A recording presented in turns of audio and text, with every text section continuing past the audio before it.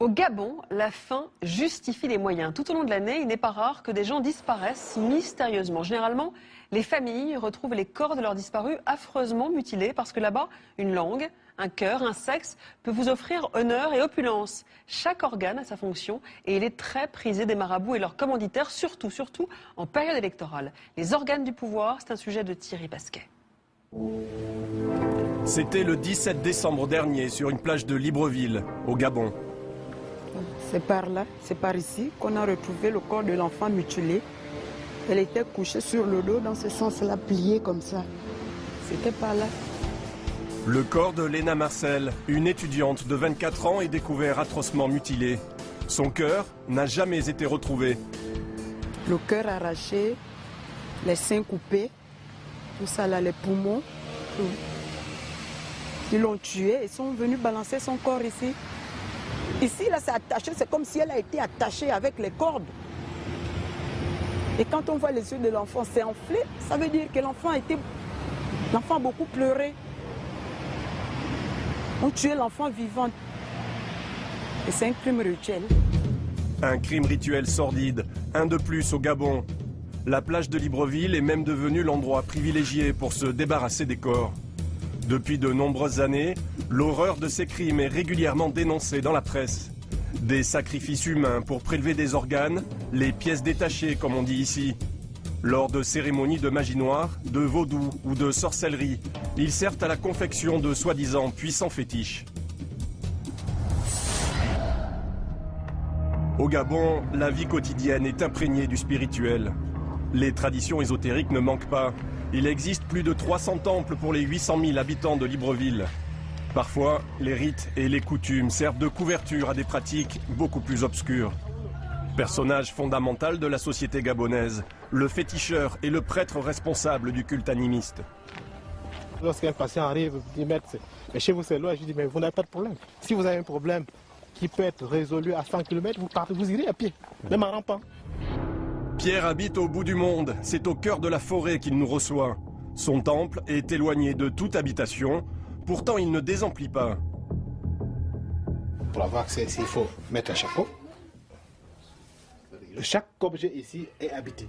Sur une voie ferrée voisine, des cadavres sont régulièrement découverts par la police. Pierre assure n'y être pour rien et de ne jamais avoir recours aux organes humains, mais il reconnaît que leur possession est un gage de puissance.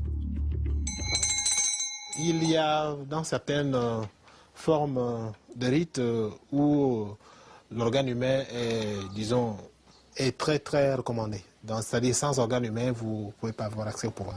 Les plus prisés pour le pouvoir sont le cœur pour rassembler les foules, la langue pour s'exprimer facilement et les organes génitaux qui apportent la vitalité. Et selon Pierre, la souffrance de la victime est un élément indispensable pour garantir l'efficacité du fétiche. Lorsqu'on vous prélève vivant, c'est-à-dire le clitoris vivant, on coupe la langue vivant, on perce, on prend un œil vivant, c'est là où il y a la souffrance. Et là, c'est une lutte. Donc à partir de là, vous êtes doublé, vous êtes dédoublé, vous êtes triplé et vous êtes plus fort. Et plus vous êtes plus fort, plus vous criez, plus vous avez mal, plus vous vous doublez, plus vous serez utile. Se faire massacrer pour se rendre utile. Une croyance ancestrale animiste restée longtemps taboue dans le pays. À Libreville, un homme veut mettre fin au silence et à l'impunité qui entoure ces meurtres. La vie de Jean Elvis et Bangondo bascule en mars 2005.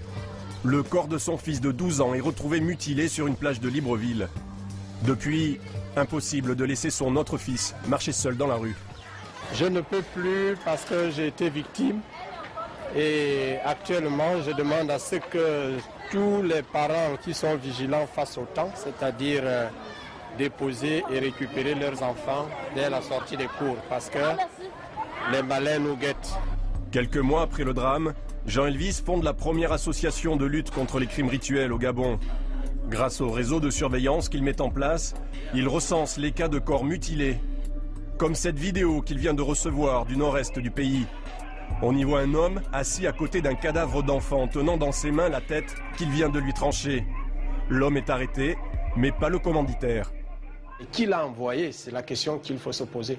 C'est là où l'impunité joue vraiment, existe encore de nos jours dans notre pays. Au Gabon, les commanditaires de crimes rituels seraient la plupart du temps des hommes ou des femmes de pouvoir. Pour Jean Elvis, ces pratiques d'une violence inouïe s'intensifient encore aujourd'hui. En 2011, l'association a recensé une 60aine de cas, un par semaine. Les années électorales sont encore plus meurtrières. Quand il y a non seulement élection, mais tous les mouvements politiques, les remaniements ministériels, même les déplacements, des campagnes, ainsi de suite, il faut toujours le sang humain. Nous accusons, nous voulons ici accuser les politiciens. Ce sont les politiciens, les gens qui sont au pouvoir, qui organisent les crimes rituels. Nous le disons clairement parce qu'ils n'arrivent pas à déterminer, ils n'arrivent pas à éradiquer le phénomène. Parfois, la police arrête des hommes politiques du parti au pouvoir, voire des ministres pris la main dans le sac. Mais ils sont toujours relâchés et les affaires étouffées. Au tribunal de Libreville, nous rencontrons le numéro 2 de la justice au Gabon.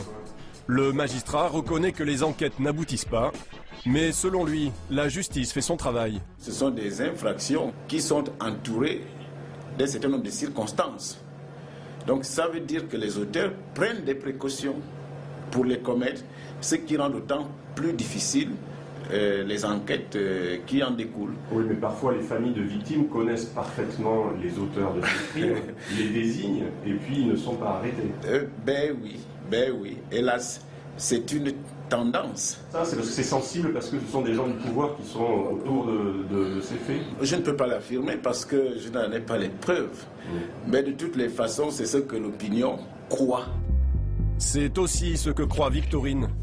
Il y a 8 ans, 4 hommes l'ont enlevé avec l'intention de lui couper la langue. Victorine accepte de nous ramener dans la forêt où elle a été séquestrée, à la condition d'être accompagnée de ses 3 fils. C'est ici que la scène s'est passée. Le taximan m'a amené, il s'est arrêté et ils m'ont trimballé dans la forêt. Victorine est emmenée sous les grands arbres de la forêt équatoriale. C'est ici qu'elle va passer 8 heures avec ses bourreaux. Elle redécouvre les lieux et visiblement des rituels y sont toujours pratiqués. Ça, ce sont leurs bougies mystiques. Partout où vous voyez des bléés, là, ce sont eux qui amènent les gens et puis ils font leurs crimes. Des fois, ils enterrent même. Ils enterrent. À la tombée de la nuit, l'un de ses tortionnaires lui demande d'aller faire ses prières. J'avais peur. J'avais tellement peur. Parce qu'il y a toi qui avais le couteau. On va te couper le cou. On va couper ta langue. Et ils m'ont dit, ta langue va aller parler ailleurs. Ta langue là doit aller travailler ailleurs. Et ce jour-là, c'est justement sa langue qui l'a sauvée. Victorine parvient à convaincre son bourreau de la même ethnie qu'elle de lui laisser la vie sauve. Elle connaît le visage de ses ravisseurs, elle porte plainte, mais l'affaire est classée sans suite. Ironie du sort, le jour de notre rencontre, la presse relate l'histoire d'un homme retrouvé entre la vie et la mort, sans sa langue. Oui, ça continue et ça me fait mal au cœur. C'est pour vous dire que les crimes rituels au Gabon, ça ne peut pas finir. Ça ne peut pas finir. Les crimes rituels continuent au Gabon, mais grâce au courage et au travail de Jean Elvis et de son association, le tabou est brisé. Certains hommes politiques commencent à en parler publiquement. Mais dans un pays où pouvoir et sorcellerie sont intimement liés, l'estuaire de Libreville n'a pas fini de livrer des corps mutilés.